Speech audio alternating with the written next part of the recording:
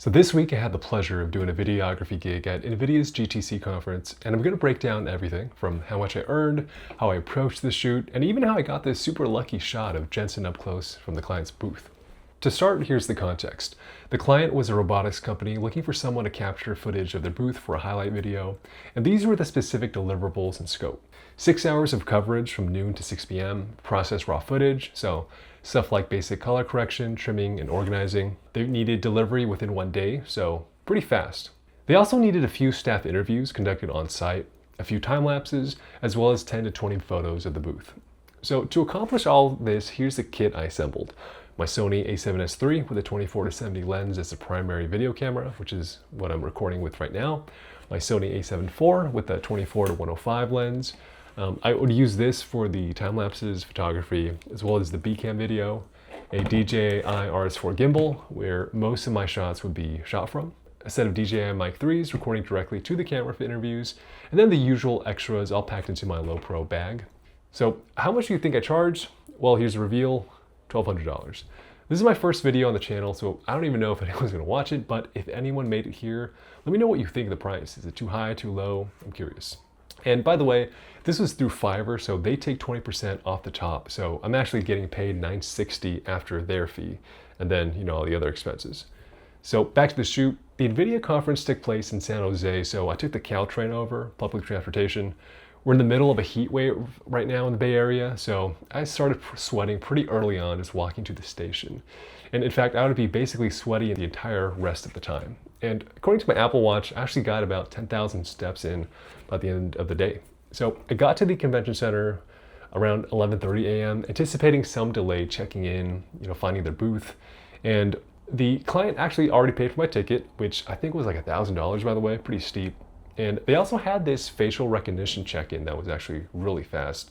But with that, I headed in, I met the client, talked through the deliverables again, and then got to work. The shoot itself was relatively easy and straightforward. I was basically on the gimbal the entire time, circling the robots, the audience, trying to get shots of the action, since that was going to be the meat of the video. So all straightforward things.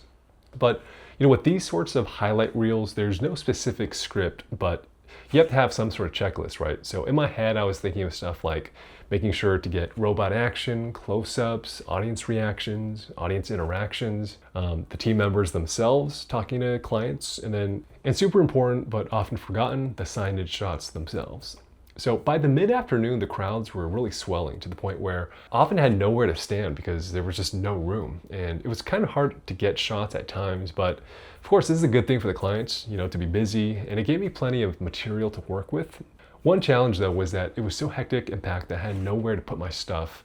It was just so hard to move around. So the gear changeouts were very difficult to coordinate, but they eventually found me some storage space in a back room. But I later ended up just stowing my stuff right at the booth in the back since I needed fast access with lens changes, all that stuff. And one worry I had in these situations is just losing track of my things, right? Forgetting where you put things or things getting stolen, God forbid. But luckily this time, everything worked out, had everything at the end of the day. So while this was going on, my point of contact clued me in on one money shot that they were hoping to get. And that was to capture Jensen, the CEO of Nvidia himself, signing the robot's shirt. Now, initially when I heard this, I was a bit skeptical of the likelihood of it happening because what are the chances, right? I mean, he's a super busy guy. There are hundreds of booths. What are the chances?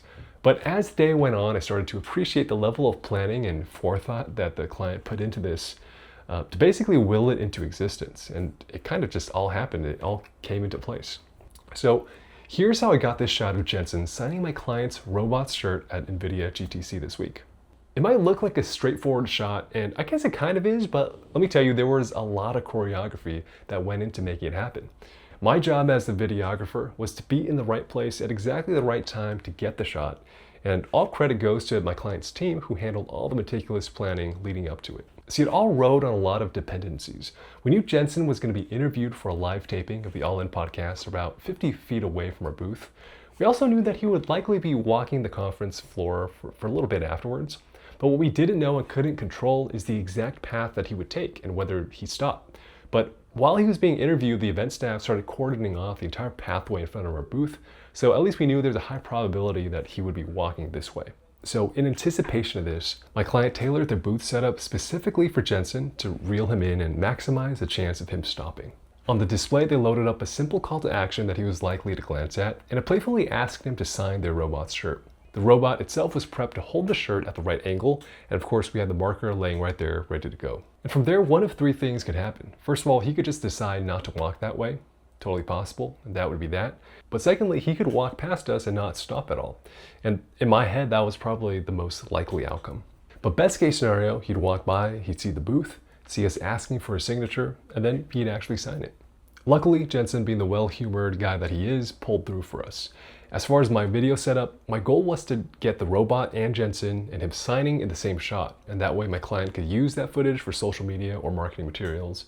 And I knew if he were to sign, it would be at a fixed location where the shirt was, so I put my B cam on a tripod with my best guess of where he'd be when he hunches over to sign.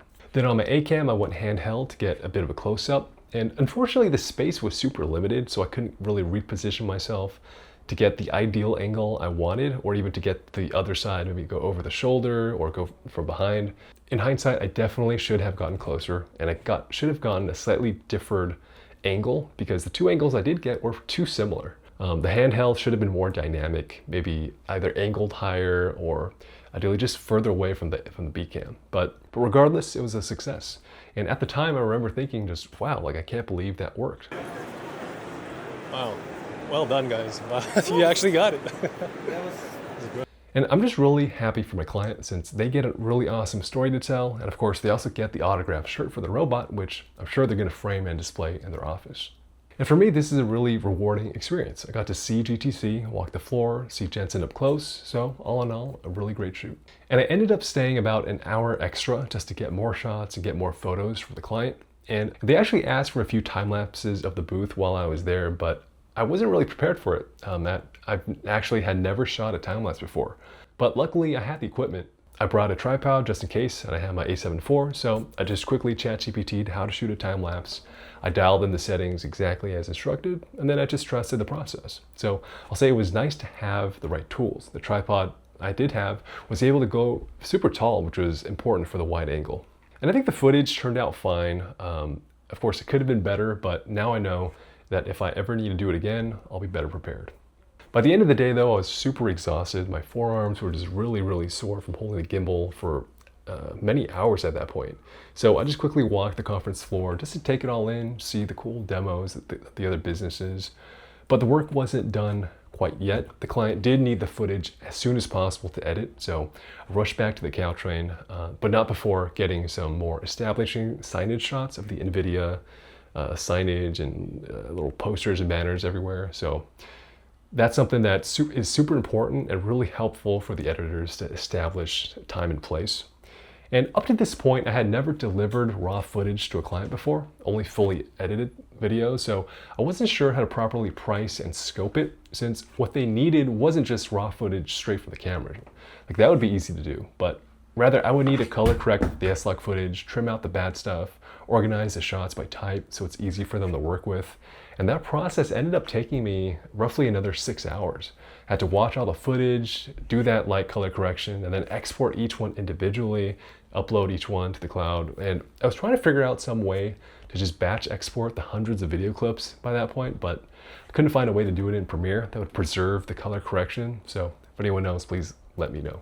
And this was a bit of a pain, but by 2 a.m. the next morning, I finally finished and uploaded everything, including the photos I edited. And they only asked for 10 to 20, but I was able to deliver about 44 photos, which I'm happy to over-deliver and under-promise. So all told, including the commute, I think I spent about 14 or 15 straight hours on this job. I really wanted to get the client the footage as soon as possible and not have to have them wait a full business day. So I'm glad it worked out. So that's the recap, and it was all in all a great experience. And if there's one thing that I really appreciate about videography, it's the potential of it to put you in interesting places and situations that you might otherwise never get the chance to be in. For me in this gig, it was the opportunity to be at GTC, to see so many famous technologists in person, and to really just be at the epicenter of AI. And as I record this 2 days later, my right wrist is still pretty swollen from being overworked on the gimbal, but it's temporary pain, totally worth the experience. So that's it. Thanks for watching, and I'll see you on the next gig.